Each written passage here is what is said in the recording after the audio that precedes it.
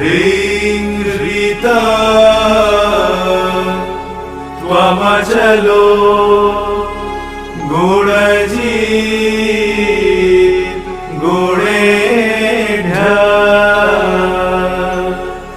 नक्तान्दिवं सकरुणं तव पादपद्मं मोहाङ्कषं बहुगीतं न भजे यतो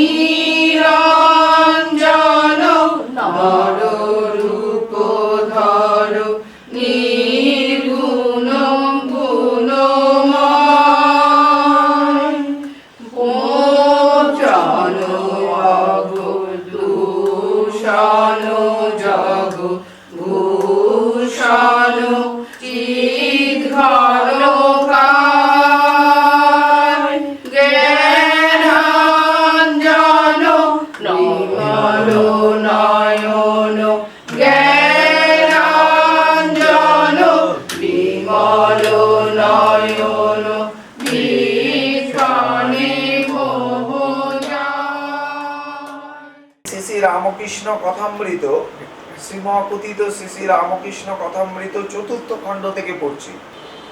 এটা হচ্ছে অষ্টম পরিচ্ছেদ, কামিনী কাঞ্চন ও তীব্র বৈরাগ্য।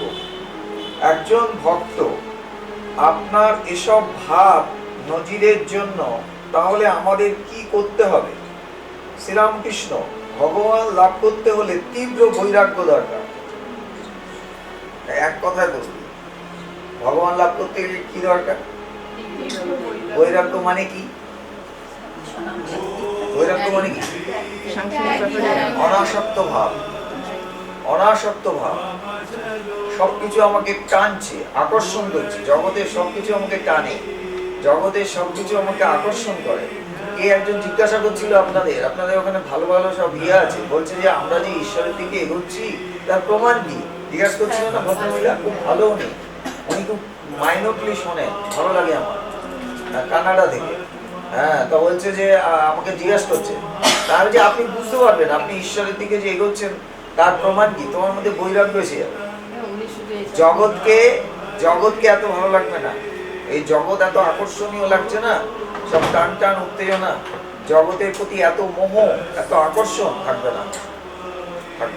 জগৎকে তখন মনে হবে যেন একটু একা থাকি, এত এত কিছুর মধ্যে যাবো না, একটু একা থাকি, নিজেকে নিয়ে ভাবতে থাকবে। নিজেকে নিয়ে ভাবা হয়নি তো, তুমি সবকিছু ভাবছো, সব জগতের এমন কোনো টপিক নেই যা নিয়ে তুমি ভাবো না, কিন্তু তুমি নিজেকে নিয়ে ভেবেছো? উত্তর হচ্ছে না। কি করে নিজেকে নিয়ে কিরকম ভাবা? নিজেকে নিয়ে কিরকম ভাবা? নিজের মনের সঙ্গে কথা বলা। নিজেকে নিয়ে ভাবা মানে নিজের মনের সঙ্গে কথা বলা। তুমি তোমার মনের সঙ্গে কথা বলেছো? সবাই খারাপ না ভালো, ওখানে কি ঘটছে সেখানে কি ঘটছে, তোমার শুধু এই চিন্তা, কিন্তু তুমি তোমার মনে কি ঘটছে তা জানো? হ্যাঁ, নিজের মনের খোঁজ করা শুরু হয়নি। যে আকাশের দিকে তাকিয়ে থাকে সে আকাশ সম্পর্কে জানে, যে মনের দিকে তাকিয়ে থাকে সে মন সম্পর্কে জানে। বোঝা গেল কথাটা? যে সমুদ্রের দিকে তাকিয়ে থাকে সে সমুদ্র সম্পর্কে জানে, যে আকাশের দিকে তাকিয়ে থাকে সে আকাশ সম্পর্কে জানে, যে মনের দিকে তাকিয়ে থাকে সে মন সম্পর্কে জানে। আর আমরা আমাদের মন সম্পর্কে অজ্ঞ। আমার মন কি চায় আমি জানি না। সেজন্য বলছি ঈশ্বর কি তোমার ভালো লাগে? বলছে তন্ন তন্ন করিয়া নিজের মনকে খোঁজো, যে সত্যি তুমি ঈশ্বরকে চাও, ঈশ্বরকে কি তোমার লাগে, নিজের মনকে তন্ন তন্ন করে খোঁজো। যদি দেখো হ্যাঁ লাগে তাহলে তুমি ঈশ্বর পাবে। আর যদি দেখো ধুর ওটা একটা উপরি সাবজেক্ট, ঐচ্ছিক বিষয়, বেশিরভাগেরই তাই, অ্যাডিশনাল সাবজেক্ট। আমাদের একটা অ্যাডিশনাল সাবজেক্ট থাকতো না হায়ার সেকেন্ডারিতে, বায়োলজি, অ্যাডিশনাল সাবজেক্ট, মানে ওটাতে পাস করার কিছু নেই, একটা নির্দিষ্ট মার্কসের পরে ওটা যোগ হয়, ওটা নিয়ে আমরা খুব একটা চিন্তিত না। ঈশ্বর আমাদের ঐচ্ছিক সাবজেক্ট, অ্যাডিশনাল সাবজেক্ট, অত সহজ না। তিনি সব চালাকি ধরে ফেলেন, সব চালাকি তিনি ধরে ফেলেন। ঈশ্বরকে যদি তোমার সাবজেক্ট বানাও, তুমি যেটা আমি লাভ করবো, আমি তোমাকে ভালোবাসি, অন্তরে দিয়ে ভালোবাসি, তার জন্য কাঁদছি, তাকে পাওয়ার জন্য কাঁদছি আকুল হয়ে, তিনি দেখা দেবেন। আবার যদি তুমি ফাঁকি দাও, ঐচ্ছিক সাবজেক্ট করে রেখে দাও, জন্ম জন্মান্তরকে দিয়ে আমি ঈশ্বরের তোমার দেখা নাই রে, তোমার জন্ম জন্মান্তরকে দিয়ে তুমি ঈশ্বরের দেখা পাবে। এটা তোমার উপরি সাবজেক্ট, উপরি অনেক কিছু করছো, তার মধ্যে ঈশ্বর ভালো লাগে না তা না। যখন শোনো খুব ভালো লাগে, মানে ঈশ্বর ভালো লাগে, হ্যাঁ ভালো লাগে। যখন শুনছো তখন মনে হয় হা হা কি সুন্দর কি সুন্দর। হ্যাঁ, অনেকটা ওই লোহাটা আগুনের মধ্যে দিচ্ছ, লাল হয়ে উঠছে, মনে হচ্ছে যেন কি লাল হয়ে থাকবে, যেই উপরে তুলে দেখবে ওটা আবার আগের রং হয়ে গেছে। ঈশ্বরও আমাদের সেরকম ব্যাপার, যখন শুনছো খুব ভালো লাগছে। হ্যাঁ, তারপরে ওই যেই প্রকৃতির মুখ দেখছি আমি, তখনই আর আমার কিছু মনে থাকছে না। হ্যাঁ, ঈশ্বর অত বোকা না, ঈশ্বর অত বোকা না, তোমার তিনি সব দেখতে পারেন। তিনি পিঁপড়ের পায়ের আওয়াজ শুনতে পান। তা পিঁপড়ে কি তাকে, পিঁপড়ের যে কষ্টটা হয় তুমি দেখতে পাও না। তুমি যখন একটা পিঁপড়েকে এরকম ডোলে ডোলে মারো, এরকম করে ডোলে, তুমি একটা বেশ আনন্দ উপভোগ করো না, হ্যাঁ, ওটাও তিনি দেখতে পান, ওটাও তিনি। আমি তো বুঝতে পারছি না, তিনি বুঝতে পারছেন। তারও তিনি, কারণ পিঁপড়েটাও তিনি সৃষ্টি করেছেন। যে নিষ্ঠা দিয়ে তোমাকে তৈরি করেছেন, তুমি ভাবছো আমি হচ্ছে সব থেকে মানে পৃথিবীর সব থেকে ভালো ক্রিয়েচার, হ্যাঁ, তার কাছে পিঁপড়েটাও ভালো ক্রিয়েচার। কারণ তিনি সৃষ্টি করেছেন, তোমার লাগে না। যেমন টিপে টিপে মাছ তোমার লাগে না, তার লাগে, কেন তিনি তৈরি করেছেন। বোঝা গেল কথাটা? তার একটি সন্তানেরও কিছু হলে তার লাগে, কিন্তু তোমার লাগে না, কেন? ওটাকে তুমি অগ্রাহ্য করো, অগ্রাহ্য করো না। না, তার কাছে সব সমান। যখন দুর্গা তৈরি হয়, হ্যাঁ, যে কুমারটুলি, যে শিল্পী দুর্গা তৈরি করে, ওই একই শিল্পী একই নিষ্ঠা দিয়ে ওষুধ তৈরি করে। তোমার কাছে ওটা ওষুধ, তোমার কাছে ওটা ওষুধ। যে কুমারটুলি শিল্পী তার কাছে ওটাও দুর্গা, আর ওই ওষুধটাকেও সে একই নিষ্ঠা দিয়ে তৈরি করেছে। নাহলে ওষুধ ঠিক ওরকম হতো না, ওরকম সুন্দর হয়ে তৈরি হতো না। আবার যখন দুর্গাকে পুজো করা হয়, তখন দুর্গার সব থেকে কাছে যদি কেউ থেকে থাকে, সে হচ্ছে ওষুধ। সরস্বতী, লক্ষ্মী, কার্তিক, গণেশ সব দূরে দূরে থাকে, হ্যাঁ, সব থেকে কাছে কে থাকে? ওষুধ। যখন ফুল ছোড়ো, আয়ুর দেই, যশ দেই, রূপম দেই, পুত্রাং দেই, সব করো তো, করার পরে যখন ফুল ছোড়ো, তখন দুর্গাকে লক্ষ্য করে ফুল ছোড়ো। অনেক ফুল অসুরের পায়ে যেয়ে পড়ে, তোমার ইচ্ছা থাকুক আর না থাকুক, অসুরের পায়ে যেয়ে ফুল পড়ে। আবার যখন তুমি সেই দুর্গাকে ভাবতে পারি না, আমরা এভাবে ভাবতেই পারি না। ভাবতে পারে কে? যারা মৌলিক চিন্তা করতে পারে তারা এসব ভাবে। আবার যখন তুমি তাকে ভাষণ দিয়ে দিচ্ছ, তখন শুধু দুর্গাকে ভাষণ দাও না, অসুরকেও সঙ্গে ভাষণ দাও কি দাও না? যখন মিলে গুলে একাকার হয়, হয়ে তার থেকে যখন জল তুলে নিয়ে শান্তির জল করো, তখন কি বেছে বেছে দুর্গার পাটটাকে নিয়ে মাথায় দাও, না দুর্গা অসুর এক হয়ে যে জল হয় তাকে শান্তির জল হিসেবে দাও? ভালো করে ভাবো, ভালো করে ভাবো। সেখানে ইঁদুরও থাকে, হ্যাঁ, ইঁদুর থাকে না? ইঁদুরও ভুলে যায়, সেখানে ময়ূরও ভুলে যায়, সাপও ভুলে যায়, অসুরও ভুলে যায়, দুর্গাও ভুলে যায়, সরস্বতীও ভুলে যায়, ভুলে একাকার হয়ে যায় সেই জল শান্তির জল। ভাবতে পারো এরকম হয়? বেশ্যার বাড়ির মাটি লাগে, তাকেও অগ্রাহ্য করা হয়, তাকেও কিন্তু অবজ্ঞা করা হয়। কি বলছে এর থেকে? কি তোমাকে ইন্ডিকেশন, কি তোমাকে বোঝানোর চেষ্টা করা হয়েছে? সবাইকে নিতে হবে, সবাইকে নিতে হবে, মন্দটাকেও নিতে হবে, সেখানে মা বলছে না আমি সতেরো মা, আমি অসতেরো মা, বলছে না? সতের মা সবাই হতে চায়, অসতের মা কে হতে চায়? সারদা মা, অসতেরও মা। হ্যাঁ, আমজাদকেও তিনি ছেলে বলছেন, শরৎকেও তিনি ছেলে বলছেন, তাই না? আমজাদকেও বলছেন, ছেলেকেও বলছেন। পুরোটাকে নিতে হবে, নালে ঠাকুর বলছেন অদ্বৈত বেদান্ত। অদ্বৈত বেদান্তে কি বলছে? একটা বেল, বেল কাকে বলে ভালো করে শোনো। হ্যাঁ, ভালো করে শোনো, বেল কাকে বলে? বেল, বেল হচ্ছে তোমার সামনে একটা বেল দেওয়া হলো, হ্যাঁ, বলে এটা খান। তুমি বলে আমি বেল খেয়েছি, বেল খেয়েছি। বাজার থেকে বেল নিয়ে এসে খেয়ে নিতে পারো? তুমি পারো? কথাটা ভালো করে শুনবে, বোঝার আছে। তোমাকে বলা, তুমি বললে আজকে আমি বেল খেয়েছি, আর তোমাকে বাজার থেকে একটা বেল কিনে না হলো, ঠিক আছে, বলে এই নিন বেল, তুমি খেয়ে ফেলতে পারবে বেলটাকে? কিন্তু যদি বলা এই নিন আপেল, এই নিন পেয়ারা, তুমি নিয়েই খেতে শুরু করতে পারো, সে না ধুয়েও খেতে পারো। হ্যাঁ, বেল খেতে পারবে? পারবে। কি করতে হবে? আনতে হবে। তারপরে তার থেকে পারলে সেখান থেকে আঁশ ছাড়াতে হবে, তার থেকে আঠা ছাড়াতে হবে, বিচি ছাড়াতে হবে, তারপরে বেলের শ্বাসটা খাবে। এটাকে তুমি বেল বলছো, কিন্তু ঠাকুর বলছেন পুরোটাই। কেন? ওজনে কম পড়ে। বাহ, ওজনে কম পড়ে যাবে। যদি তুমি শ্বাসটাকেই বেল বলো, তাহলে ওজনে কম পড়ে যাবে। পুরোটাকে বেল বলতে হবে, তার মানে কোনো কিছুকে বাদ দিলে হবে না। অদ্বৈত বেদান্ত তাই বলে, কোনো কিছুকে বাদ দিলে হবে না, পুরোটা নিতে হবে। সেখানে সবকিছুকেই তিনি ধরে নিয়েছেন, সবকিছুর মধ্যেই তিনি আছেন, বলছে না? সবকিছুর মধ্যেই মা মা মা করছেন, সবকিছুর মধ্যেই তিনি আছেন। আবার এখান থেকে আমি পড়ছি, একটা লাইন পড়লাম, দেখো কথা, ঠিক আছে? একটা লাইন, যা ঈশ্বরের পথে বিরুদ্ধ বলে বোধ হবে তৎক্ষণাৎ ত্যাগ করতে হয়। যা ঈশ্বরের পথে তোমাকে কেউ বাধা দিচ্ছে, আমি নাম করে ব্যাখ্যা করতে যাচ্ছি না, তোমাকে কেউ ঈশ্বরের পথে যেতে বাধা দিচ্ছে, তুমি এক্সকিউজ দিচ্ছ যে আমাকে ঈশ্বরের পথে আসতে দেয় না, আসতে দেয় না। হ্যাঁ, বলছে তৎক্ষণাৎ তাকে বাদ তাকে ত্যাগ করতে হবে বলে দিয়েছে, তৎক্ষণাৎ তাকে ত্যাগ করতে হবে। পারবে? একটু আগে বলছিলাম না, একটু আগে বলছিলাম না, পথটা অত পথটা সোজা, আবার পথটা কঠিন, খুব সোজা আবার খুব কঠিন। হ্যাঁ, বাবাকে প্রহ্লাদ ত্যাগ করেনি? ত্যাগ করেনি? যখন প্রয়োজন হয়েছে ত্যাগ করে দিয়েছে। কি? বাবা তুমি না, তুমি না, তুমি না, তুমি বলছো বটে তুমি সব, তুমি ঈশ্বর, তুমি ঈশ্বর না। ঈশ্বরকে হরি, হরি হরি, হরি হরি, হাত জোর করে বলছে হরি হরি। আচ্ছা, তিনি তো বাবার ভয় বলতেন না, বাবা, আমরা যেমন দাদাদের ভয় পাই, তিনিও তো বাবাকে ভয়, তার বাবা সাংঘাতিক শক্তিশালী ছিলেন, অনেক অনেক দাদার থেকে অনেক বেশি শক্তিশালী ছিল। তো তিনি তো বলতে পারতেন বাবা তুমি সব, সত্যি তো, হরি কিছু না, তুমি সব। হ্যাঁ, বলেছে, বলেছে। তাতে কি তার বাবা তাকে মেরে ফেলতে পেরেছে? পারেনি। কেন পারেনি? যে ঈশ্বরের পথে থাকে, যে ঈশ্বরকে সঙ্গে নিয়ে থাকে, ঠিক ঠিক থাকে, এটা আমি প্রতিদিনই বলি প্রায় একবার করে, তার চুলকে কেউ মাখাতে পারবে। কিন্তু আমাদের তো সে বিশ্বাস নেই। বাই চান্স যদি কিছু হয়ে যায় আমার, সেই জন্য আমি ঈশ্বর নামে বলছে, স্বামী বিবেকানন্দ বলছেন সমাজ নামক ঈশ্বরের পূজারী আমরা এক ধরনের ঈশ্বরের পূজারী।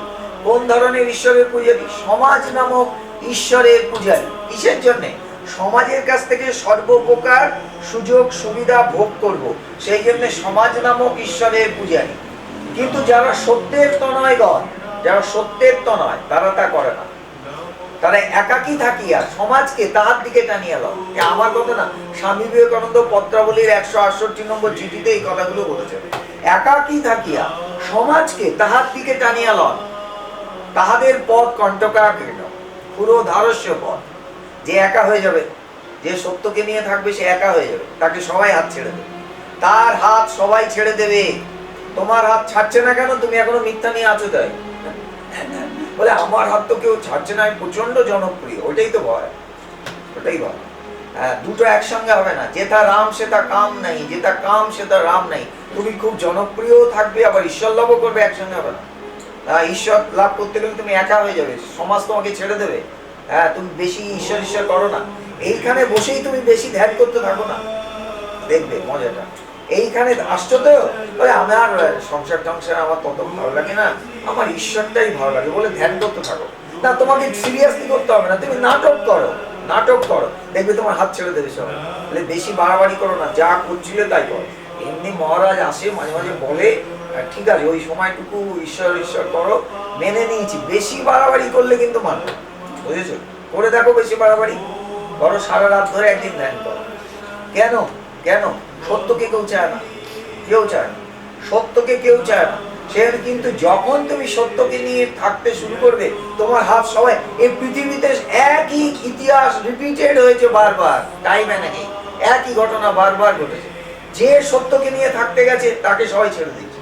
কিন্তু তাহলে কি কেউ নেই? তাহলে কি তার হাত ধরা কেউ নেই? আছে। কে?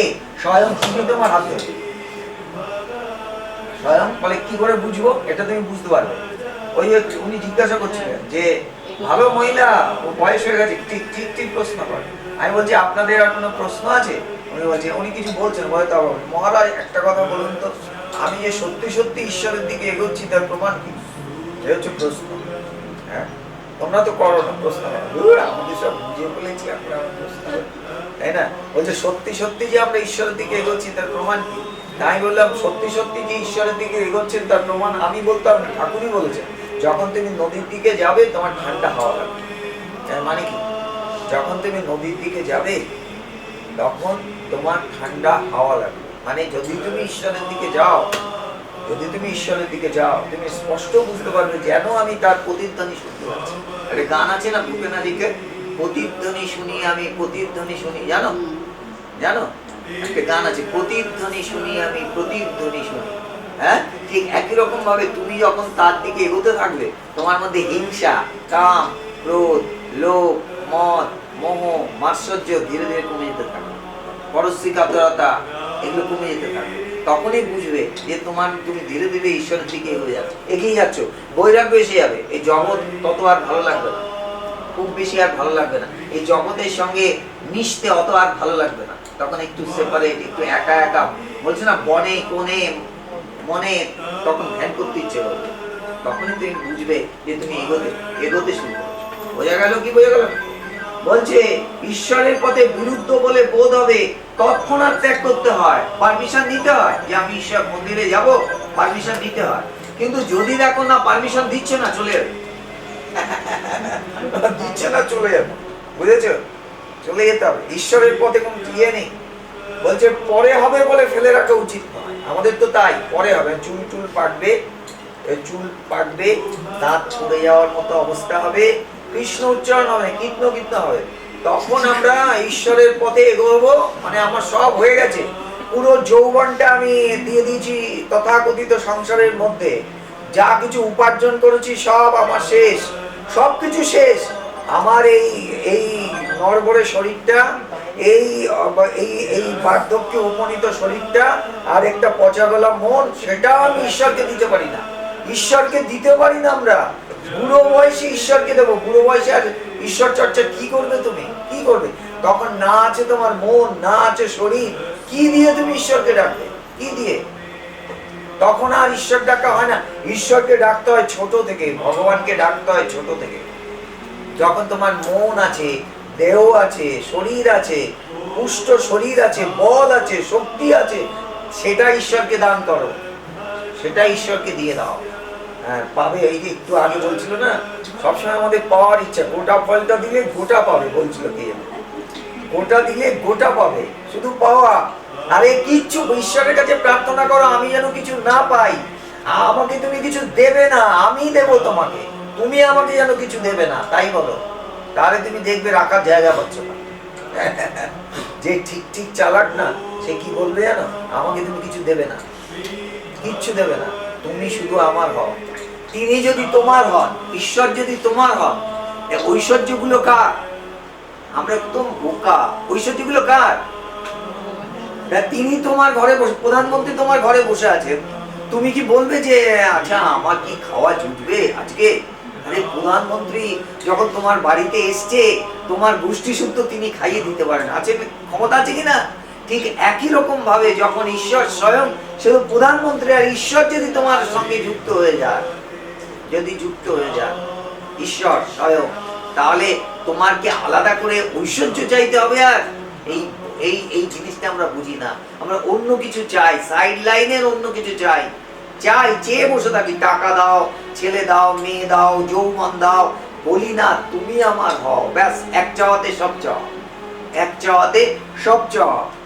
পরে হবে বলে ফেলে রাখা উচিত নয়। কামিনী কাঞ্চন ঈশ্বরের পথে বিরোধী। এই যে কামিনী কাঞ্চন মানে কি?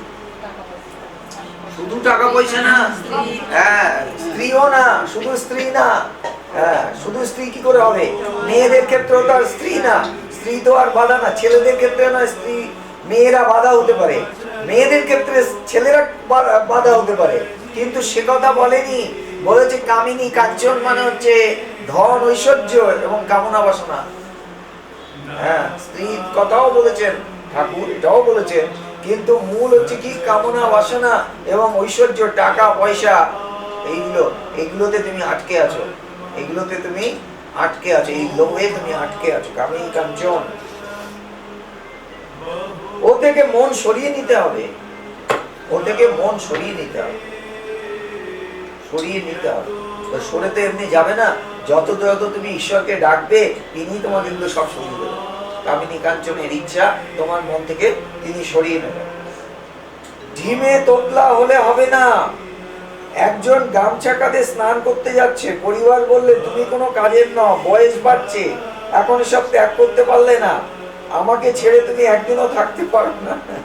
তাই এরকম হয় তোমার, একজনও থাকতে পারো না।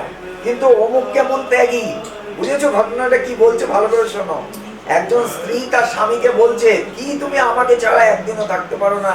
আর ওখানে দেখো একজন, সে সব ছেড়ে ফেলছে, তৎক্ষণাৎ ত্যাগ পরে বলবে ফেলে রাখা উচিত না। কামিনী কাঞ্চন এসব আচ্ছা, তুমি কোনো কাজের নও, বয়স বাড়ছে, এখন এসব ত্যাগ করতে পারলে না, আমাকে ছেড়ে তুমি একদিনও থাকতে পারো না।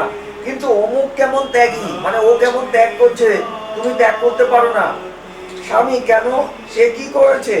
পরিবার, তার 16 জন মা, মানে তার বোধহয় 16 জন মহিলা, সে এক একজন করে তাদের ত্যাগ করছে, তুমি কখনো ত্যাগ করতে পারবে না।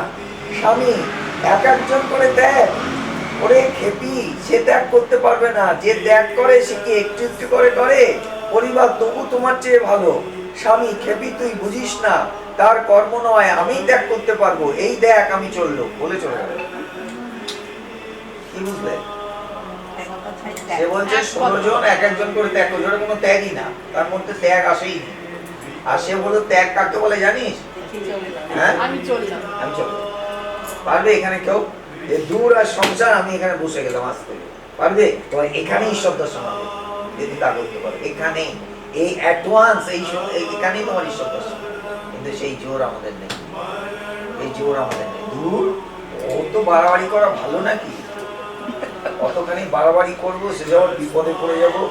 দরকার রিস্ক আছে, যদি বাই চান্স না দেখা পাই, তাই না? এইগুলো গেল, ঘরেও ঢুকতে পারবো না, ঘরের দরজাও বন্ধ, তারপরে এদিকেও গেল, প্রথমত বেশিক্ষণ থাকতে দেবে না, ব্যাস হয়ে গেল, আমার সব দাওয়া যুদ্ধ হয়ে গেল, তাই না? তাই না? এই জন্য হচ্ছে না। কি জন্য হচ্ছে না? এই জন্য হচ্ছে না। তোমার সে রোগই নেই, সে বিশ্বাসই নেই, সেই জন্য হচ্ছে না। এর নাম তীব্র বৈরাগ্য। একই বলে বৈরাগ্য। এই যে তিনি চলে গেলেন, লাবাবু তাই করেছিলেন। লাবাবু বলে একজন ছিলেন, জমিদার। হ্যাঁ, তিনি ধোপা অনেকক্ষণ ধরে কাপড় কাচ্ছে। ধোপার একটা বাচ্চা মেয়ে, সে তার বাবাকে বলছে, বাবা বেলা তো যায়। ছোট্ট একটা কথা, শুনে রাখো, ছোট্ট একটা কথা, বাবা বেলা তো যায়, মানে বেলা তো শেষ হয়ে যাচ্ছে, তুমি এখন কতক্ষণ কাজ করবে, চলো। এই ছোট্ট একটা কথা বলেছে, বাবা বেলা তো যায়। তার বাবার মধ্যে কিন্তু কোনো প্রতিক্রিয়া হলো না, কিন্তু লাহাবাবুর কাছে চলে গেল, জমিদারের কাছে সেই কথাটা চলে গেল। সে ভাবছে যে আরে আমার জীবনে তো বেশিরভাগ সময় চলে গেছে, আর তো অল্প সময় আছে, সুতরাং আমার জীবনে তো ঈশ্বর লাভ হলো না। সে কি করলো? সে জমিদার, আমাদের এখানে কে জমিদার আছে আমি জানি না, তো জমিদার আছো? হ্যাঁ, তিনি জমিদার, তিনি সব ছেড়ে দিয়ে বেরিয়ে গেলেন, একেবারে বৈরাগ্য, বুঝেছো? হ্যাঁ, গৌতম বুদ্ধ দেখলেন, কি দেখলেন? জড়ব্যাধি মৃত্যু। তিনি জমিদার শুধু না, তিনি যুবরাজ, আরো একটা যে উপরে, তিনি যুবরাজ। তিনি দেখলেন যে এগুলোকে আমার অতিক্রম করতে হবে, এর পারে যেতে হবে, অতিক্রম করতে হবে মানে এর পারে যেতে হবে। বলে কিভাবে পারে যাব? তিনি কি করলেন, রাত্রির বেলায় তার নিজের ছেলে, নিজের বউ, রাজপ্রাসাদ সব ছেড়ে দিয়ে তিনি রাজপ্রাসাদ থেকে বেরিয়ে চলে গেলেন। একে বলে বৈরাগ্য। হ্যাঁ, এবং তিনি কি করলেন? ঈশ্বর লাভ করলেন। নির্বাণ লাভ করলেন মানে তো ঈশ্বর লাভ করলেন। হ্যাঁ, একে বলে বৈরাগ্য। এই জিনিস যখন, একেই বলে বৈরাগ্য। এই যখন আসবে আমাদের মধ্যে, ঈশ্বর তোমার সামনে এসে দাঁড়াবে। ঈশ্বর তোমার সামনে এসে দাঁড়াবে না, ঈশ্বর তোমার সামনে এসে দাঁড়িয়েই আছে, তুমি দেখতে পাচ্ছ। বুঝেছো? বলে ঈশ্বর তিনি এসে দাঁড়াবেন, এত সময় টময় তার নেই, এত সময় খরচা করবেন না তিনি। তিনি তোমার মধ্যেই মুঝকো গায়ে ধুলো বন্ধু মায়ে তো তেরে পাস দাঁড়িয়ে আছেন তিনি। আর তিনি অ্যাকচুয়ালি পাশেও না, ভেতরেই আছে, তুমি তাকে দেখতে পাচ্ছ না, এত কাছে আছে তুমি দেখতে পাচ্ছ। কাজল চোখকে সুন্দর করে, কিন্তু কাজলকে চোখ দিয়ে রাখা যায় না। হ্যাঁ, ঈশ্বর তোমাকে সুন্দর করে রেখে দিয়েছে। হ্যাঁ, বেরোনোর সময় একটু আট করে দেখে বেরো না। যতক্ষণ তিনি তোমাকে সুন্দর করে রেখে দিয়েছেন ততক্ষণই তুমি সুন্দর। যখন তিনি সুন্দর করে রাখবেন না, তখন তুমি হাজার কিছু মাখো না কেন, তুমি আর সুন্দর থাকতে পারবে না। বোঝা গেল কথাটা? রামকৃষ্ণদেব খুব সুন্দর দেখতে ছিলেন কিনা আমি জানি না, কিন্তু তিনি যে ঈশ্বরের প্রকাশ হয়েছিল তার মধ্যে, তাতেই তিনি সুন্দর হয়ে গেছিলেন। তার জন্য লোকে তার দিকে তাকিয়ে থাকতো। আমাদের গুরুদেবের দিকেও তাই। আমাদের গুরুদেব শুধু চুপচাপ বসে থাকতেন, চোখ বন্ধ করে হয়তো কোনো সময় বসে আছেন। এরকম ঘরের মধ্যে না, এই ঘরের মধ্যে তিল ধারণের জায়গা নেই, সব হাঁ করে তার দিকে করে তাকিয়ে বসতাম। আচ্ছা, কি দেখতো সবাই? বলতো আমরা অনেকেই চোখের পলক ফেলি না। কেন? যেটুকু সময় কথাবার্তা শোনো, বলছো যে সময় চোখের পলক ফেলবো সেই সময় তোমাকে দেখতে পাবো। ভগবানকে বলতেন। ভগবান বলতে আমার দিকে এরকম ভাবে তাকিয়ে আছো কেন? তো বলতেন তোমাকে পলকটা পর্যন্ত ফেলি না, ফেললে সেই সময়টা তোমাকে দেখতে পাবো না। হ্যাঁ, তা আমি যে এই হরিদাস পাল কথা বলছি, ওই তার পায়ের সামনে বসে থাকতাম বলেই কথা বলতে পারছি। বিনোদনের একমাত্র চ্যানেল এসটিভি বাংলা। তাই আর দেরি না করে আপনি আপনার মোবাইলে জিও টিভি অ্যাপটি ডাউনলোড করে নিন আর দেখতে থাকুন বিভিন্ন স্বাদের অনুষ্ঠান। এসটিভি বাংলা আপনার সাথে আছে, পাশে আছে। নমস্কার। নিজের বাড়িতে বাস্তু সমস্যা কিংবা আর্থিক সমস্যা, বা আপনার ব্যবহার করা রিস্টওয়াচটা সঠিক তো, এই সমস্ত কিছুর মুশকিল আসান হলেন সফল নিউমারোলজিস্ট, বাস্তু কনসালটেন্ট এবং money reiki grand master mister Dwaipayan Chakraborty. সঠিক দিশার হদিশ পেতে আজই যোগাযোগ করুন এই নাম্বারে 7890137425, এছাড়া 7890312425 এই নাম্বারে। শুভ যে কোনো অনুষ্ঠানে কাঁসার বাসন খুঁজছেন? পিওর কাঁসার বাসনের একমাত্র জায়গা কলকাতার হাতিবাগানে বিকি স্টোর্স। এখানে সস্তায় কাঁসার নানান বাসনের আইটেম, এছাড়াও যারা ঠাকুরের মূর্তি নিতে চান এখানে সেটাও অ্যাভেলেবেল। হোলসেল ও রিটেল বোথ অ্যাভেলেবেল। তাই সঠিক কাঁসা পিতলের একমাত্র ঠিকানা বিকি স্টোর। যোগাযোগের নাম্বার 8420241304, আরেকটি নাম্বার 9903017643 এই নাম্বারে। গুরুর সামনে বসে থাকলে মোনা কাপড় পাওয়া যায়। মোনা কাপড় মানে কি? যে কাপড়টা বুনে তিনি হাতে দিয়ে দেন, তখন আর বুনতে হয় না, পরতে হয় শুধু পরে নাও, পরে নাও। আর সেই কাপড়টা তিনি দেন। তো গুরুর পাশে বসে থাকলে ধর্ম, অর্থ, কাম, মোক্ষ চারি ফল কুড়াইয়া পাবে, সব পাবে তুমি। শুধু যদি তাকে নিষ্ঠা করে তার কথা শোনো, তার পথে চলো, সব পাবে তুমি। এখানে কি বলছে? কামকাঞ্চন ঈশ্বরের পথে বিরোধী। আচ্ছা, যে ত্যাগ করবে তার খুব মনের বল চাই। হ্যাঁ, মনের বল চাই, ওইটাই নেই। দুর্বল মন, আপনি দুর্বল মন ত্যাগ করবো। ডাকাত পড়ার ভাব, পিপিলি একটা যে ডাকাত পড়া ভাব। ডাকাত পড়া ভাব মানে কি? এই জীবনে আমি ঈশ্বর লাভ করবো, এই জীবনে এই ভাব তাকে বলে ডাকাত পড়া ভাব। ডাকাত পড়া ভাব। আয় ডাকাতি করবার আগে যেমন ডাকাতরা বলে মারো, লোটো, কাটো, এই ভাব। মারো, লোটো মানে লুট করো, কাটো, এই ভাব। মানে আমি ঈশ্বর লাভ করবো এবং এই জীবনেই লাভ করবো। বোঝা গেল? কি আর তোমরা করবে তাতে ভক্তি প্রেম লাভ করে দিন কাটানো।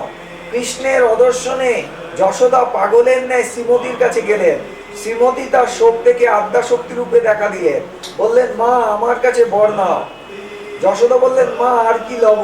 তবে এই বলো যেন কায় মনোবাক্যে কৃষ্ণেরই সেবা করতে পারি। এই চোখে তার ভক্ত দর্শন, যেখানে যেখানে যেখানে তার লীলা, এই পা দিয়ে সেখানে যেতে পারি।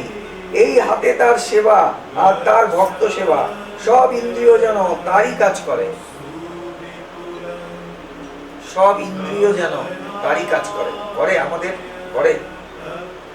করে? করে না। মন সর্বসময় কৃষ্ণমুখী হয়ে আছে, ছেলেমুখী হয়ে আছে, মেয়েমুখী, স্বামীমুখী, জগৎমুখী হয়ে আছে, জগৎমুখী হয়ে আছে। আর গোপীদের মন সর্বসময় কৃষ্ণমুখী হয়েছিল। কৃষ্ণ ছাড়া তারা কিছু জানতো না, কিচ্ছু জানতো না। কৃষ্ণ কেমন আছে, আমাদের প্রভু কেমন আছে। সেই জন্য আজও হাজার হাজার বছর পরে আমরা গোপীদের কথা নিয়ে আলোচনা করতে বাধ্য হচ্ছি, করছি না? বাধ্য হচ্ছি, বাধ্য হচ্ছে। আমরা রাধাকে পুজো করতে বাধ্য হচ্ছি। আজকে কৃষ্ণের সামনে কে দাঁড়িয়েছে? একজন গোয়ালিনী, অশিক্ষিত মহিলা, তিনি কৃষ্ণের সামনে দাঁড়িয়ে গেছেন, আর কেউ দাঁড়াতে পারেনি। রাধাই একমাত্র কৃষ্ণের সামনে দাঁড়িয়েছে। কেন? তিনি কৃষ্ণময় ছিলেন, তিনি আর কৃষ্ণ আলাদা কিছু ছিলেন না, কিছু ছিলেন না। যেমন সারদা মা, রামকৃষ্ণদেব আলাদা কিছু ছিলেন না। হ্যাঁ, দুটো দেহ কিন্তু মন একটাই। কৃষ্ণ আর রাধা দুটো দেহ, মন একটাই, তাই না? রাধাকে গরম দুধ খাওয়াচ্ছে, কৃষ্ণের গায়ে ফোস্কা পড়ছে। হয়েছে এরকম আমাদের? হয়েছে যে আমাদের গরম দুধ খাওয়ালে কৃষ্ণের গায়ে ফোস্কা পড়ে? আমাদের হয়? আবার হয় নাকি? হয়। এখনো সেই লীলা করেন গৌর রায়, কোন কোন ভাগ্যবানে দেখিবারে পায়। কৃষ্ণকে কি কেউ দেখছে না? দেখছে, দেখছে, কেউ দেখছে। বলে আমি দেখছি না, তুমি দেখছো না, কিন্তু কেউ দেখছে। এবং কেউ দেখছে, এতেই প্রমাণ হয় যে এই পুকুরে মাছ আছে। পুকুরে আমি মাছ পাচ্ছি না, আমিও বসেছি, সেও বসেছে, ও বসেছে, অনেকেই বসে আছে, কিন্তু একজনের ছিপে মাছ উঠছে, তাতে প্রমাণ হয় পুকুরে মাছ আছে। বোঝা গেল কথাটা? তুমি ঈশ্বরকে দেখছো না, বলে আমি তো ডাকছি কিন্তু ঈশ্বরকে দেখছি না। ও ডাকছে, ঈশ্বরকে দেখছে না। সে ডাকছে, ঈশ্বরকে দেখছে না। একজন বলছে আমি ঈশ্বরকে দেখেছি, তাতে প্রমাণ হয় ঈশ্বর আছে। তুমি দেখতে পাচ্ছ না কেন? তোমার ডাকটা ঠিক হচ্ছে না। তিনি আমি বলছিলাম পিঁপড়ের পায়ের আওয়াজ শুনতে পান, কিন্তু তোমার ডাক তার কানে পৌঁছাচ্ছে না কেন? ডাকার মতো ডাকলে পরে আমি আসবো না, তুমি আসবে না, এরকম সাধ্য তার নেই। হ্যাঁ, মায়ের কথা বলছি, বিশেষ করে আজকে মায়ের দিন, খুশি হবে মা আমার কথা বলছে, তাই না? তিনি যদি, তুমি যদি ডাকতে পারো, ঠিক ঠিক ডাকতে পারো, তিনি সাড়া না দিয়ে পারেন না। তিনি সাড়া দেওয়ার জন্যই দাঁড়িয়ে আছেন, কিন্তু যেহেতু এই ডাকে, মেধাকে ডাকে তিনি সাড়া দেন না। মানে তুমি আসলেও ভালো, না আসলে আরো ভালো, এই ডাকে তিনি সাড়া দেন না। যখন তুমি হোল হার্টেডলি ব্যাকুল হয়ে তার জন্য কাঁদবে, তিনি এসে তোমার সামনে দাঁড়িয়েছিলেন, তিনি এসে দাঁড়িয়েছিলেন, তুমি তাকে দেখতে পাওনি। বলছে এই কথা বলিতে বলিতে ঠাকুর শ্রীরামকৃষ্ণ আবার ভাবাবেশের উপক্রম হইতেছে। হঠাৎ আপনা আপনি বলিতেছেন সংহার মূর্তি কালী না নিত্য কালী। বলছেন দেখুন মায়ের, ঠাকুরের কি ভাব। ঠাকুর অতি কষ্টে ভাব সম্বরণ করিলেন, এইবার একটু জল পান করিলেন। যশোদার আবার বলিতে যাইতেছেন, শ্রীযুক্ত মহেন্দ্র মুখার্জি আসিয়া উপস্থিত। ইনিও তার কনিষ্ঠ শ্রীযুক্ত প্রিয় মুকুজ্জে ঠাকুরের কাছে নতুন যাওয়া আসা করিতেছেন। মহেন্দ্রের ময়দার কল, অন্যান্য ব্যবসা আছে। তার ভ্রাতা ইঞ্জিনিয়ারের কাজ করে, ইয়াদের কাজকর্ম লোকজন দেখে। শ্রীরামকৃষ্ণ, কেন এতদিন দক্ষিণেশ্বরে যাওনি গো? কেন এতদিন দক্ষিণেশ্বরে যাওনি গো? তোমরা যাও দক্ষিণেশ্বর? হ্যাঁ, মহেন্দ্র, আজ্ঞা, কেঁদে টিতে গেছিলাম, কলকাতায় ছিলাম না। শ্রীরামকৃষ্ণ, কি গো, ছেলে পুলে নাই, কারো চাকরি করতে হয় না, তবুও অবসর নাই, ভালো জ্বালা। এই হচ্ছে ঠাকুর, আসল জায়গায় ধরেন তিনি। কি বললো দেখলে? কি বললো বলো তো? কি বললো? বললো তোমার তো কোনো সংসার টংসার নেই, ছেলে পুলেও নেই, হ্যাঁ, তোমার এত জ্বালা কিসের? তুমি কোথায় আটকে আছো? আমরা সবাই আটকে আছি, সবাই। প্রত্যেকে কিছু না কিছু এক্সকিউজ দেবো, প্রত্যেকে, ইচ অ্যান্ড এভরিবডি আমরা কোনো না কোনো একটা অজুহাত দেবো। এইখানে তুমি আটকে আছো। ও তুমি আটকে নেই, তিনি তোমাকে আটকে রেখে দিয়েছেন, আটকে রেখে দিয়েছেন। কেন আটকে রেখে দিয়েছেন? তুমি আটকে থাকতে ভালোবাসো তাই। কেন আটকে রেখেছেন? তুমি আটকে থাকতে ভালোবাসো তাই। একজনকে জিজ্ঞাসা করুন, আচ্ছা আপনি, আমি না প্রচন্ড কর্মব্যস্ত। তাকে বলা হলো, আচ্ছা কর্ম যে ব্যস্ত করে রেখেছেন, আপনাকে ব্যস্ত করে রেখেছেন কে? কে কর্মে ব্যস্ত করে রেখেছেন? কর্তাটা কে? হ্যাঁ, তা আপনি ঈশ্বরের কাছে প্রার্থনা করুন না যে আমাকে এই কর্ম থেকে উদ্ধার করো, আমার তোমার পথে নিয়ে চলো। সে বলবে না না না না, আমি এই কর্মে বেশ ভালো আছি। শুনে রাখো, আমি এই যে চারিদিকে ব্যস্ত হয়ে আছি না, আই এম হাইলি স্যাটিসফাইড। ওই জন্যই তুমি তাকে পাচ্ছ না। কর্ম তোমাকে ব্যস্ত করে রেখেছেন কে? তুমি যে হাজারটা অজুহাত দিচ্ছ, আমার ছেলে এই, মেয়ে এই, স্বামী এই, আমার কর্ম এই, সব ঠিক আছে, সব কথাই ঠিক, কিন্তু তোমাকে এই ব্যস্ত করে রেখেছেন কে? চোখের ঠুলি করে রেখেছেন কে? সর্বশক্তি তো তার হাতে। তার কাছেই প্রার্থনা করো না যে আমাকে এই কর্ম থেকে মুক্তি দিয়ে তোমার দিকে নিয়ে চলো। যদি তোমার এই প্রার্থনা ঠিক ঠিক হয়, ও যেখানে যেখানে আটকে আছো সব কেটে দেবেন। আটকে আছো তো, কাঁচি দিয়ে কেটে দেবেন তিনি, দেখবেন তুমি কোনো ব্যস্ত নেই। একসময় আমাদের গুরুদেবকে, তার গুরুদেব বলেছিলেন 108 বার জপ করো, তিনি বলতেন সময় পাই না, জপ করার সময় নেই আমার। আর পরে পরে শুধু ঈশ্বরকে ডাকারই সময় আছে, আর কোনো সময় নেই। ছিল না, চাকরি ছেড়ে দিলেন, রেলের চাকরি 5 বছর আগে ছেড়ে দিলেন।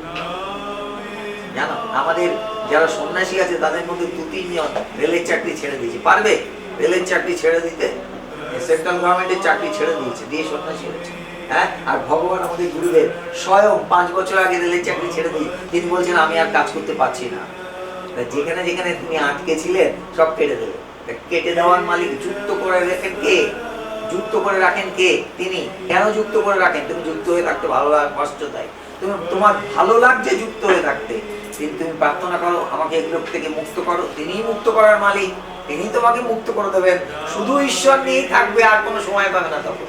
শুধু জপ, ধ্যান, ঈশ্বরীয় কথা বলা, তার গান করা, তাকে নিয়ে থাকা, এই সময়ই পাবে, অন্য সময় পাবে না, খাওয়ার সময় পাবে না। বুঝেছো? যখন নরেন্দ্রনাথরা ঠাকুর চলে গেলেন, বরানগরের মঠে থাকতেন, তখন তাদের খাওয়ারও সময় ছিল না, তারা সর্বসময় ধ্যানস্থ হয়ে থাকতেন। অনেক কষ্ট করে দিন গেছে তাদের, কিছু খেতেন না, প্রায় মুখ হাঁ করে মুখকে একটু ঢুকিয়ে দিত, সর্বসময় আত্মস্থ হয়ে থাকার চেষ্টা করতেন। কি করে হলো? কি করে হলো? তিনি করতে পারেন, তিনি যুক্ত করেন, তিনিই আবার মুক্ত করেন। তুমি যুক্ত হয়ে থাকতে চাইলে তিনি যুক্ত আরো বেশি বেশি করে তোমার উপর চাপিয়ে দেবে, এবং তুমি এক্সকিউজ দেওয়ার শেষ পাবে না। কত জায়গায় তুমি যুক্ত, আমার কত নাম যশ, কত লোক আমাকে চেনে জানে, তিনি চেনেন। তারপর বিদ্যাসাগরের বাড়িতে ঠাকুর গেছেন, তো ঠাকুর সিঁড়ি দিয়ে উপরে উঠছেন, উঠতে গিয়ে দেখেন এরকম থরে থরে সব আলমারিতে বই সাজানো। তো ঠাকুরই, ঠাকুর বলছেন আচ্ছা এই বইগুলো উনি পড়েছেন? তো একজন বলছে হ্যাঁ উনি প্রচন্ড উনি বিদ্যাসাগর। বলছে তাকে জেনেছেন? এক কথা শেষ, তাকে জেনেছেন? বঙ্কিমচন্দ্রকে জিজ্ঞাসা করছেন মনুষ্য জীবনের উদ্দেশ্য কি? বলছে আহা নিদ্রা সন্তানোৎপাদন। বলছে তুমি তো বাড়ি ছেঁচেরা, হে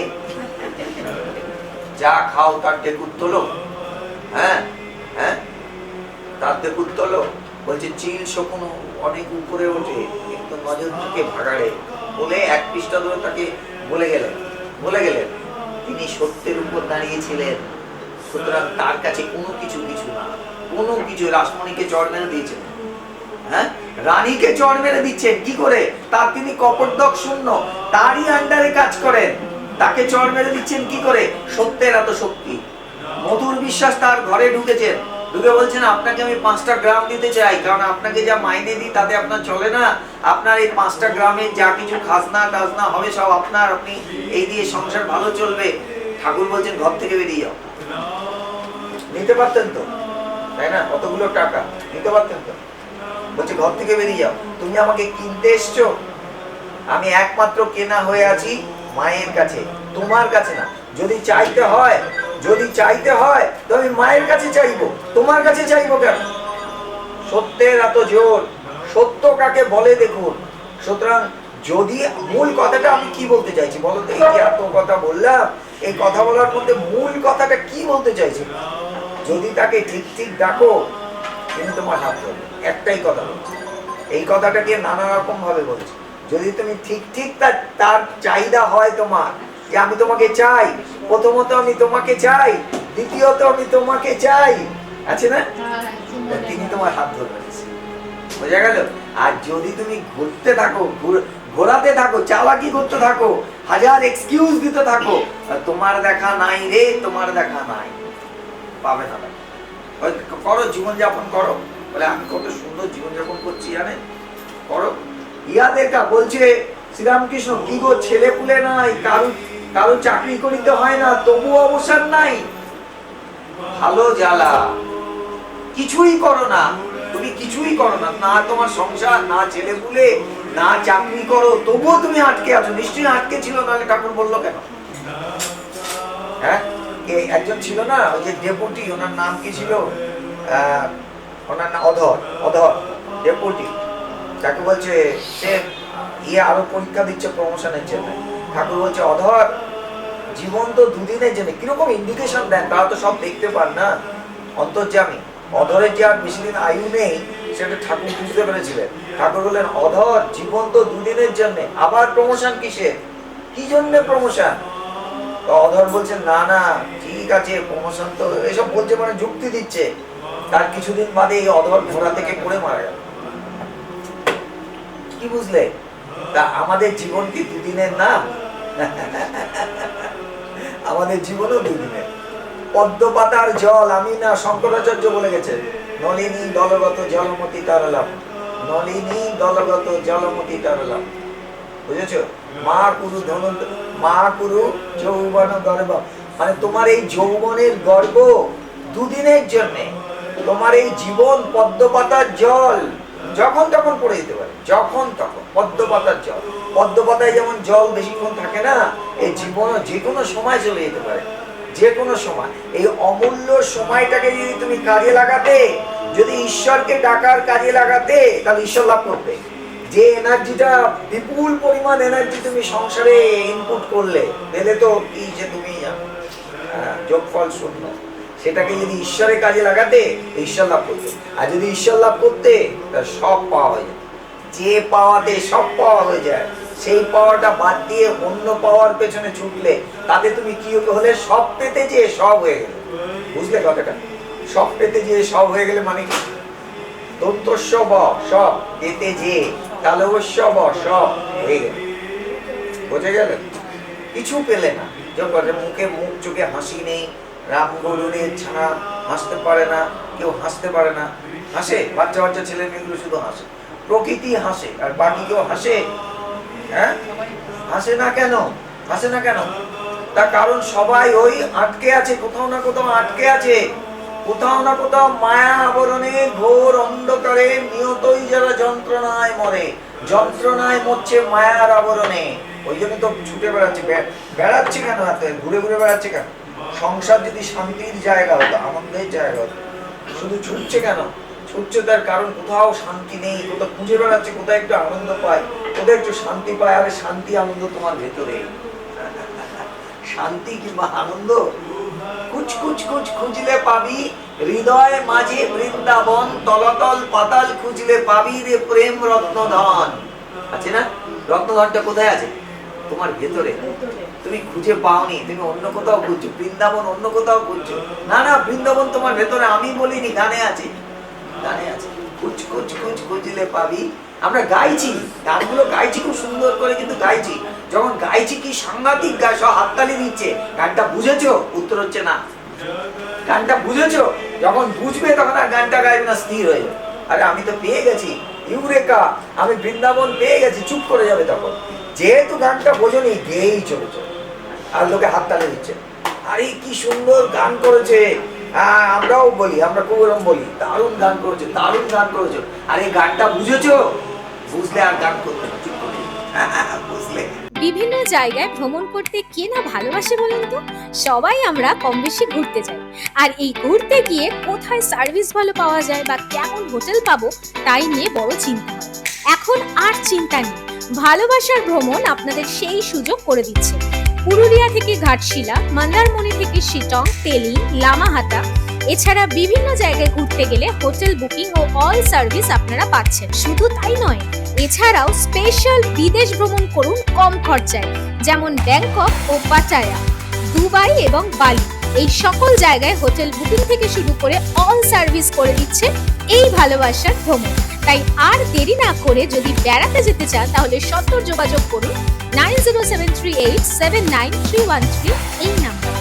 আপনি কি সঠিক জায়গায় বিনিয়োগ করতে চান, আবার সবচাইতে বেশি রিটার্ন পেতে চান?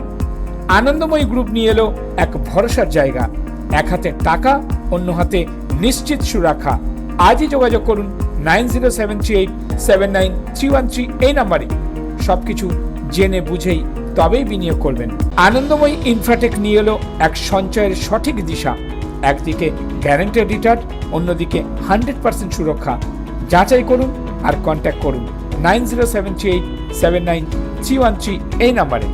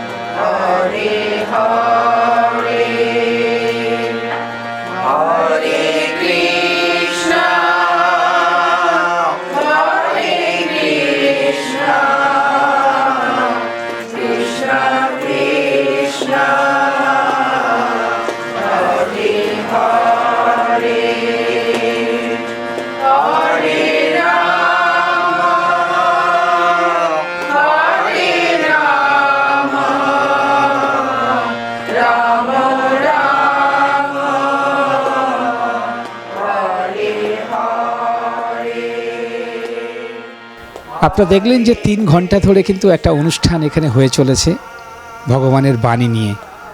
আর যার বাড়িতেই এই এত বড় একটা অনুষ্ঠান হচ্ছে, আমরা জানতে পারলাম যে 3 বছর ধরে কিন্তু এটা চলছে। আমার একটাই প্রশ্ন, যে এত কিছু থাকতে উনি যে এই 3 ঘন্টা প্রতি মাসে সময় দিচ্ছেন এবং সবাইকে আমন্ত্রণ করছেন, কিসের জন্যে একটু শুনবো তার মুখ দিয়ে। আপনি যেটা বললেন যে এত কিছু থাকতে এটা কেন, ব্যাপারটা হচ্ছে যে এটা তো সব থেকে ইম্পর্ট্যান্ট। মানে আমাদের এখন যা পরিস্থিতি, সে সাংসারিক দিক থেকে হোক বা সারা পৃথিবীতে যা ঘটছে, যা মানে খবরের কাগজ পড়তে ইচ্ছে করে না, মানে এতটাই প্যাথেটিক আমরা ডেইলি যা নিউজ পাই। তো সব দিক থেকে তো আমার মনে হয় সব থেকে জরুরি, এত কিছুর থেকেও সব থেকে জরুরি মানসিক শান্তি, নইলে আমরা সারভাইভ করতে পারবো না। আজকে এই সন্ধেবেলা, এই যেটা প্রত্যেক মাসে হয়, এটা আমার কাছে একটা কাউন্সেলিং সেশনের মতন। তো এই সেশনটাতে না এটা আমার কাছে অক্সিজেন, পুরো একটা অক্সিজেন সিলিন্ডার মহারাজ নিয়ে আসেন, আমরা সেটা মাস্ক লাগিয়ে অক্সিজেনটা ইনহেল করি। তো এই জন্যই মানে এত কিছু তো সত্যি দরকার নেই। আমি যদি মানসিকভাবে শান্ত না হই, আমি কি করে সব কিছু করবো? মানে এইটাই আমার কাছে মনে হয়, এটা আমার কাছে একটা বিশাল বড় ব্লেসিং ছাড়া এটা হয় না। মানে আমি কখনো ভাবিনি যে এরকম ভাবে এটা হবে। ঠাকুরের অসীম আশীর্বাদ আমার প্রতি যে আমি এটা আমার বাড়িতে হচ্ছে। আজকের এই অনুষ্ঠান আপনি এসে কি পেলেন? ভীষণ আনন্দ পাই এখানে এসে। ওর কথা সূত্র ধরেই বলছি, আমরাও এখানে ঠিক এইটুকু অক্সিজেনের জন্যই আমরা আসি। মানসিক শান্তি ভীষণ পাই মহারাজের সংস্পর্শে, আমরা ভীষণ ভালো থাকি। এই 3 ঘন্টা ভীষণ আনন্দে কাটাই আমরা। মহারাজ, আজকের দিনে ধর্মসভার কতটা প্রয়োজন আছে? দেখুন, এখন চৈত নবরাত্রা চলছে, ওই জন্য দুর্গাজিকে আমি স্তুতি একটা বলছি। या देवी सर्वभूतेषु शांतिरूपेण संस्थिता नमस्तस्यै नमस्तस्यै नमस्तस्यै नमो नमः। মা দুর্গা যে এসছিলেন, সে আপনাদের জানেন তো, একটা মহিষাসুর ছিল, সে অনেক উৎপাত করত। তো ওনাকে মারা জানে সব দেবতা মাতাকে, মাতা মতলব जानकी जी থেকে দুর্গা আর কালী সব উৎপন্ন হয়েছেন जानकी जी থেকে। তা মাতাকে বললেন যে আপনি মহিষাসুরকে মর্দন করার জন্য অবতার নিন। তা মাতা অবতার নিলেন। তারপরে যত দেবতা আমাদের ছিলেন, সব দেবতা নিজে অস্ত্র ওনাকে দিলেন, আর ওইটা দিয়ে দুর্গাজি মহিষাসুরকে অন্ত করলেন। সংসার করার পরেও এই যে আপনি 3 ঘন্টা সময় দিলেন, নিজেকে কেমন মনে হচ্ছে? ভীষণভাবে মানে কি বলবো মানে নিজেকে মনে হয় যে খুবই আমি আপ্লুত হয়ে যাই এখানে মহারাজের এই অনুষ্ঠানে আসার জন্য। সারা মাসই অপেক্ষা করি যে কবে আবার প্রথম সেই দিনটা আবার বলবে যে যেদিন এই দিন মহারাজ আসবেন। তো এটা খুবই অপেক্ষায় থাকি একটা, যে কবে আবার সেই মহারাজের মুখ থেকে এরকম একটা কথাগুলো শুনতে পাবো। মানে ওই সময়টুকুনের জন্য মনে হয় যেন একটু অন্য জায়গাতেই পৌঁছে গেলাম। মনে হয় যে কিছু সত্যি মানে এত কিছুই তো করলাম, এতদিন সংসার করলাম, তো মনে হয় কিছুই করা হলো না, এইটুকুন মনে হয় প্রয়োজন ছিল। তো মহারাজকে অনেক আগে থেকে পেলে হয়তো আরেকটু সমৃদ্ধ আমরা অনেক দিন আগে থেকে হতে পারতাম। তো আমাদের সেটা দুর্ভাগ্য, আবার সেটা সৌভাগ্যও বটে যে একেবারে এরকম একটা বয়সে এসেও মহারাজকে পেলাম, এবং ওনার মতো একজন মানুষের সঙ্গ পেয়েছি বলেই হয়তো আমরা কিছুটা হলেও এগুতে পারবো, বা এই মানসিকতা নিয়েই আসি এখানে আর কি, যে কিছু যদি পাই। আমরা ছেলেরা সারাদিন কর্মব্যস্ত, আর কর্মব্যস্ততার পরেও আমরা কিন্তু বাড়িতে আসি একটু শান্তি পাওয়ার জন্যে। তো আজকে আমরা দাদাকে পেয়ে গেলাম যে এই অল্প সময়ের জন্য একটু থেকে মনে হচ্ছে কি একটা পাওয়ার পেলেন? অবশ্যই লট অফ পিস, খুব শান্তি পাই এখানে আসলে। That's all. খুবই শান্তি পাই আমি আসলে। আমাদের জীবনে কি আছে আমরা সবাই জানি যে আমরা আজ এসছি কিছু কর্ম করব, তারপরে আস্তে আস্তে কিন্তু আমরা প্রত্যেকেই মহারাজ যেটা বলছিলেন সব দন্তস্ব সব আর তালপস্ব সব, সবাইকে কিন্তু সব হতে হবে। তো আমি একটু জেনে নেব যে সৈনিকগুলো আজ এখানে এসছেন, আমরা শুনলাম যে প্রতিনিয়ত তারা এখানে প্রোগ্রামগুলো করেন। আমি একটু করে এই দিকেই আসি, কারণ দেখছি শেষ হবে না। এই যে আপনি একটা সময় কাটিয়েছেন, আর এই শেষ বয়সে এসে এই ছোট্ট একটু সময় দিয়ে কেমন লাগছে? ফুল ফুটলে ভ্রমর আপনি এসে হাজির হয়। এখানে মহারাজের পূত সঙ্গ, আমরা এখানে সেই লোভেই এখানে আসি, জানি জীবনে একটু পরিবর্তন হতে পারে, যদিও লেট, কিন্তু তবু বলবো বেটার লেট দ্যান নেভার। এই যে দেখতে পাচ্ছি ম্যাডামকে যে অনেকক্ষণ ধরে খুব নিশ্চিন্তভাবে ঠান্ডা মাথায় পুরো অনুষ্ঠানটা চালিয়ে যাচ্ছেন। তো এই যে আপনি এতক্ষণ সময় থাকলেন, মনের মধ্যে কি হচ্ছে? ভালো লাগাটা আসছে, এই জন্যই আমরা এখানে আসি। শান্তি হয়, ভালো লাগে, আনন্দ হয় সকলের সঙ্গে দেখে। আর মহারাজকে তো আমরা মানে ভীষণভাবে শ্রদ্ধা করি, ভালোবাসি, এই কারণেই আমরা এখানে আসি শান্তি পেতে। সারাদিন সংসার করার পর তারপরে কি মনে হয় যে এটা প্রতিদিন এরকম একটা কিছু হলে ভালো লাগে? হ্যাঁ, অবশ্যই, সে তো ভালোই লাগে। সারাদিনই তো সংসার করছি, একটুখানি সময় যদি ঠাকুরকে ডাকা যায়, স্মরণ করা যায়, তা সেটা তো আমরা নিজেরা করতে পারছি না। তা মহারাজ আসছেন, ওনাকে আমার অনেক প্রণাম যে উনি আসছেন, আমরা তাই একটুখানি স্মরণ করছি, ওনাদের ডাকছি, এইটুকুই হয়তো আমাদের প্রাপ্য ছিল। তাই জন্যই উনি এনেছেন এখানে, আমরা নিজেরা কেউ আসতে পারি না। উনি নিশ্চয়ই চেয়েছেন, ঠাকুর চেয়েছেন যে আমরা আসি, আমরা ওনার কথা শুনি আরও নিজেদের জানি এসব, তাই হয়তো আমরা এসেছি এখানে। আচ্ছা, সবাই বলে যে ফ্যামিলি, ছেলে মেয়ে, বাবা মা, স্বামী, এটা একটা সংসার, আর মাসে এই ধর্ম নিয়ে সবাইকে এক জায়গায় করা, এটাও কি মনে হয় না একটা সংসার?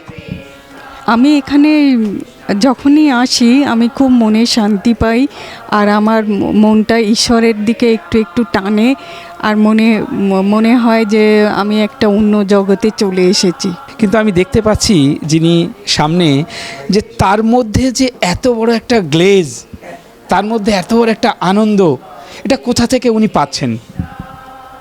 স্বাভাবিক, আমি তো শেষ বয়সে এসে গেছি, আমি অনেকটা সময় সংসারে দিয়েছি, কর্মব্যস্ততার মধ্যে আমি এইখানে যে ছুটে আসি, মহারাজের কথাগুলো শুনে, বাণীগুলো শুনে আমি খুবই শান্তি পাই, আমার একদম হৃদয় জুড়িয়ে যায়। আমি অনেক দিন ধরেই আসছি এখানে, তো প্রথম দিকে আমি জানতাম আসেন, কিন্তু ঠিক ডেটটা ঠিক করতে পারতাম না। এসে সত্যি খুব ভালো লাগে, মহারাজ এত সুন্দর করে বলেন যে আমি আমার সব মানে জানাশোনাদের মধ্যেও ওনার সঙ্গে ইন্ট্রো হয়ে গেছে, তারা সবাই করেন, খুবই শান্তি পাই এখানে এসে। আমি তো মনে করি আমার জীবনের সবচেয়ে বড় পাওনা এটাই। তো আমি সান্নিধ্যে এসে আই এম রিয়েলি ব্লেসড, মহারাজের সান্নিধ্যে এসে 3 বছর ধরে সারা মাস আমি বসে থাকি এই দিনটার জন্য। দেখলেন কিভাবে উনি কি বলবো, যখন একটা শরীরের মধ্যে হৃদয়ে যখন একটা স্বপ্ন চলে আসে, হৃদয়ের মধ্যে যখন একটা বার্তা চলে আসে, তখন কিন্তু তারা অন্য রূপে সেটা প্রকাশ করে। আমি শুনবো ম্যাডাম, উনি এসছেন আজকে খুব সেজে গুজে। যখন আমরা কোথাও বেড়াতে যাই আমরা খুব সাজি, আর আজকে এই যে ধর্ম নিয়ে আলোচনা হচ্ছে সেখানেও কিন্তু উনি খুব সেজে এসছেন। তো এটার কারণ কি? আমি রোজই এরকমই আসি। তো আজ এসে কি পেলেন আজ এখানে? আমি বক্তা হিসাবে খুব একটা ভালো না, শ্রোতা হিসাবেই ভালো, কেন বেশি কিছু বলতে পারবো না, কিন্তু মনের একটা টান অনুভব করি তাই চলে আসি। শুভ যে কোনো অনুষ্ঠানে কাঁসার বাসন খুঁজছেন? পিওর কাঁসার বাসনের একমাত্র জায়গা কলকাতার হাতিবাগানে বিকি স্টোর্স। এখানে সস্তায় কাঁসার নানান বাসনের আইটেম, এছাড়াও যারা ঠাকুরের মূর্তি নিতে চান এখানে সেটাও অ্যাভেলেবেল। হোলসেল ও রিটেল বোথ অ্যাভেলেবেল। তাই সঠিক কাঁসা পিতলের একমাত্র ঠিকানা বিকি স্টোর্স। যোগাযোগের নাম্বার 8420241304, আরেকটি নাম্বার 9903017643, এই নাম্বারে। বিনোদনের একমাত্র চ্যানেল এসটিভি বাংলা, তাই আর দেরি না করে আপনি আপনার মোবাইলে জিও টিভি অ্যাপটি ডাউনলোড করে নিন আর দেখতে থাকুন বিভিন্ন স্বাদের অনুষ্ঠান। এসটিভি বাংলা আপনার সাথে আছে, পাশে আছে। নমস্কার। আপনারা জানেন যে এসটিভি বাংলা প্রতি মুহূর্তে নতুন নতুন খবর নিয়ে আপনাদের সামনে হাজির হয়। আর আমরা সকালে ঘুম থেকে ওঠা থেকে রাত পর্যন্ত আমরা সবসময় একটাই চিন্তা করি, কি খাবো, কি পরবো। এটাই কি জীবনে সব? তার সাথে যে আরও কিছু থাকতে পারে, আর সেটাই কিন্তু আজ আপনাদের সামনে আমরা তুলে ধরব। আর এই রাতে আমরা এখন আছি নিউ টাউনে, আর যাকে পেয়ে গেছি মহারাজকে। আমরা বিগত দিনে মহারাজকে পেয়েছি, ওনার মধ্যে এত পাণ্ডিত্য, এত কিছু আছে, তার জন্যে কিন্তু আমরা ওনার পেছনেই পড়ে আছি। তো আজ শুনবো এই যে একটা অনুষ্ঠান আজকে উনি করলেন, এই অনুষ্ঠানটা কি বার্তা দিতে চাইছেন, আর মহারাজের পরিচয়টাও শুনে নেব মহারাজের কাছ থেকে। আমি ইন্টারন্যাশনাল বেদান্ত সোসাইটির একজন সন্ন্যাসী। আমার নাম স্বামী অচ্যুতানন্দ মহারাজ। আমি আজকেই যে প্রোগ্রামটা শুধু করছি তা না, গত 3 বছর ধরে নিউ টাউনের এই যে সংগঠন, মহিলা পরিচালিত একটি সংগঠন মৃত্তিকা, তারা গত 3 বছর ধরে প্রতি মাসে একটি করে এই আধ্যাত্মিক অনুষ্ঠান এখানে করে চলেছে। এবং এখানকার যে সমস্ত সদস্যরা রয়েছেন তারা প্রথম আমাকে ডেকেছিলেন একটি দুর্গা পুজোর কুমারী পুজোতে, সেখান থেকে পরিচয়। তারপরে সেখানে আমরা আধ্যাত্মিক আলোচনা করি, সেটা ভালো লাগে, এবং তারপর থেকে 3 বছর ধরে প্রতি মাসে আমরা একটা করে অনুষ্ঠান এখানে করে চলেছি। এবং এখানকার বার্তা যেটা দেওয়ার সেটা হচ্ছে যে আমরা চারপাশে সমাজে এখন যেটা দেখছি, হিংসা, কাটাকাটি, মারামারি, চারিদিকে যেন একটা আগুন জ্বলছে, পৃথিবীব্যাপী যেন একটা উন্মত্ততা, একটা চারিদিকে একটা হিংসার বাতাবরণ এটা চলছে। তো আমরা আগুন জ্বলছে, যেন আগুন জ্বলছে। তো আমরা তো ওইভাবে সব জায়গায় যে আগুন ওইভাবে নেভাতে পারি না, কিন্তু আমরা এইভাবে আগুন নেভাচ্ছি। কীভাবে আগুন নেভাচ্ছি? যে শান্তির কথা বলছি, ভালোবাসার কথা বলছি। আমাদের গুরুদেব ইন্টারন্যাশনাল বেদান্ত সোসাইটির যিনি প্রাণপুরুষ, তিনি একটি কথা বলেছিলেন যে বর্তমান পৃথিবীতে সবথেকে যেটা অভাব সেটা হচ্ছে প্রেমহীনতা। আমরা প্রেমহীনতায় ভুগছি, আমরা লাভলেসনেসে ভুগছি, আমরা ভালোবাসাহীনতায় ভুগছি, আমরা কেউ কাউকে ভালোবাসছি না। আমাদের এইডস কিংবা ক্যান্সার আমাদের বড় রোগ নয়, সবথেকে বড় রোগ নয় পৃথিবীর। সবথেকে বড় রোগ হচ্ছে আমরা ভালোবাসতে ভুলে গেছি। আমরা পাশের লোকটা কেমন আছে আমরা জিজ্ঞাসা করি না, তার খবর নেই না। কত মানুষ অনাহারে দিন কাটাচ্ছে আমরা তাদের কথা ভাবি না। আমাদের গুরুদেবের 12টা কমেন্ট আছে, তার মধ্যে একটা কমেন্ট হচ্ছে ভাবতে হবে পরের কথা, বাড়াতে হবে হৃদয়, অভ্যাস করতে হবে ভালোবাসার। আমরা যেন ভালোবাসার অভ্যাস করি, আমরা যেন ভালোবাসার চাষ করি, আমরা যেন সেই চেষ্টা করি যেন একটা মানুষকে আমরা ভালোবাসতে পারি। আজকে আমরা এই কথা নিয়ে এখানে আলোচনা করি। এখানে কখনো রামকৃষ্ণ কথামৃত নিয়ে আলোচনা করা হয়, কখনো বেদান্ত নিয়ে আলোচনা করা হয়, এবং বেদান্তের মূল প্রতিপাদ্য বিষয়টা কিন্তু প্রেম। এবং আমাদের গুরুদেব এটা বলে গেছেন যে তোরা বেদান্ত প্রচার করবি এবং প্রচারের মাধ্যম হবে প্রেম। আমরা 1989 সালে আমাদের সংগঠনটা তৈরি হয়েছে। আজকে 2026 সাল, মাত্র 37 বছরের মধ্যে আমরা গোটা পৃথিবীর প্রায় 15-16টা কিংবা তার অধিক দেশে আমরা ছড়িয়ে পড়েছি। আমরা সেখানে আশ্রম তৈরি করেছি। ইংল্যান্ডে আমরা আশ্রম তৈরি করেছি, হল্যান্ডে আমরা আশ্রম তৈরি করেছি, ইন্দোনেশিয়াতে করেছি। আজকে স্পেন থেকে মানুষ আসছে, আমেরিকা থেকে আসছে, হল্যান্ড থেকে আসছে, ইংল্যান্ড থেকে আসছে। সারা পৃথিবীর মানুষ আমাদের কাছে আসছে, আমাদের গুরুদেবের কাছে আসতেন। তিনি দেহ রেখেছেন। কেন আসতেন? তার কারণ হচ্ছে প্রেমের বড় অভাব, ভালোবাসার বড় অভাব। মানুষের কাছে অনেক কিছু আছে কিন্তু প্রেম নেই, ভালোবাসা নেই। মানুষ মানুষকে ভালোবাসতে পারছে না, হিংসা করছে। এই মানুষ কিন্তু ভালোবাসা চায়, মানুষ কিন্তু ভালোবাসা চায়। সে নিজে একটু মানুষ সবাই তাকে ভালোবাসুক, এটা সে চায়। এবং আর একটা মানুষও চায় যে সে তাকে অন্য কেউ তাকে ভালোবাসুক। এই ভালোবাসাটা যেন আমরা দিতে পারি মানুষকে। এবং স্বামীজি বলেছেন যে অনেক কিছু করতে হবে না, মিষ্টি করে কথা তো বলতে পারিস। মানুষের সঙ্গে মিষ্টি করে কথা তো বলা যায়।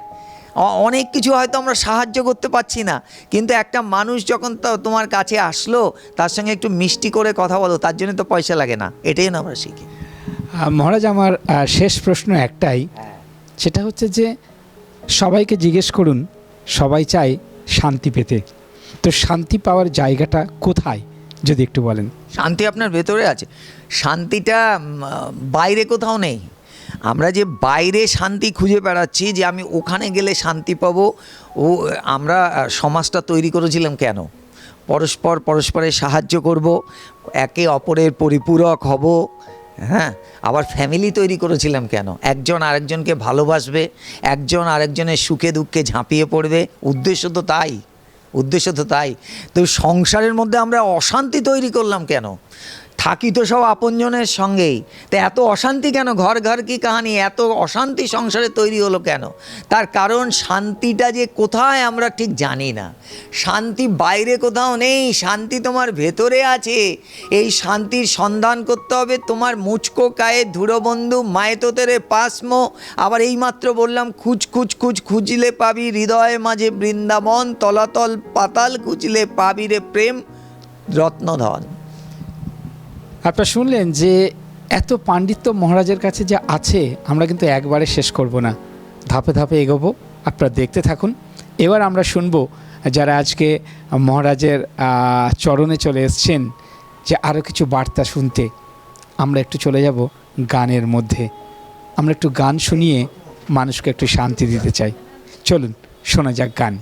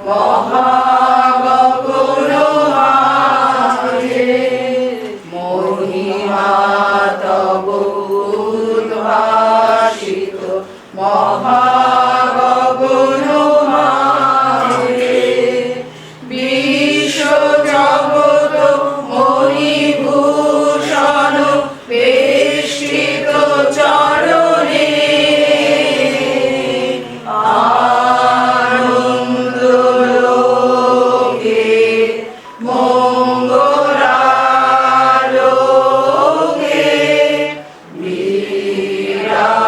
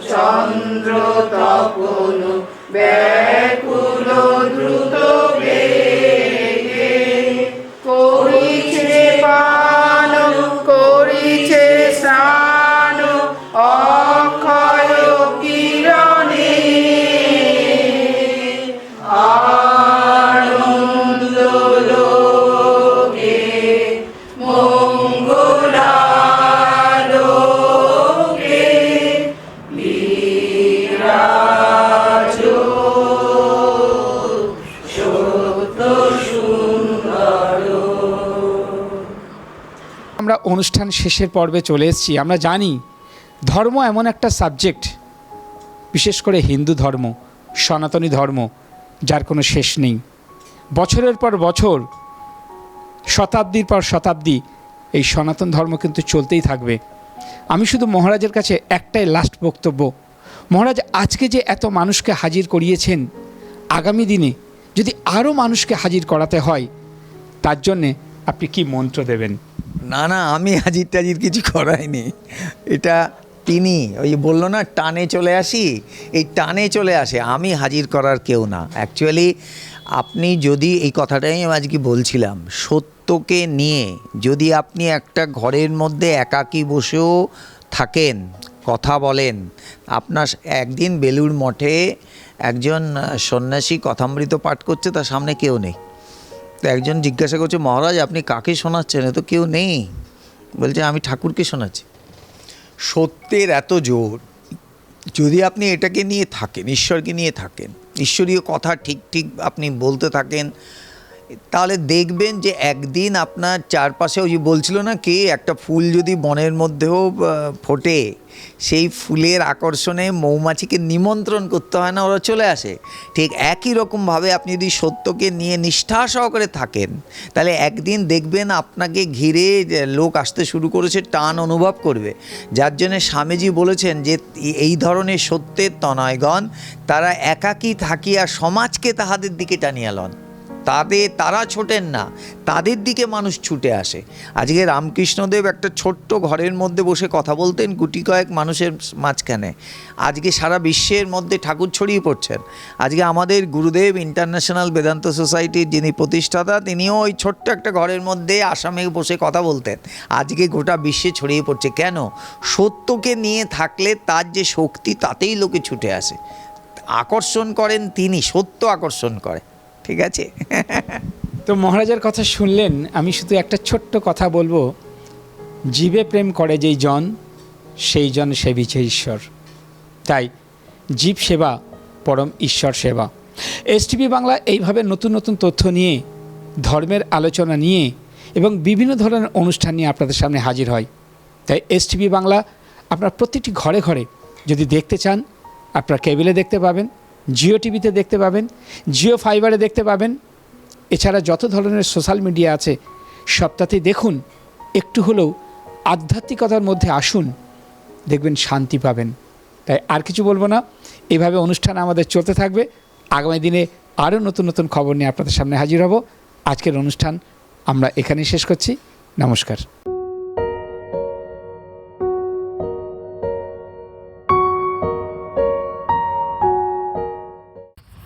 নিবেদন করছে এসটিভি বাংলা, সঠিক কথা সহজে বলা।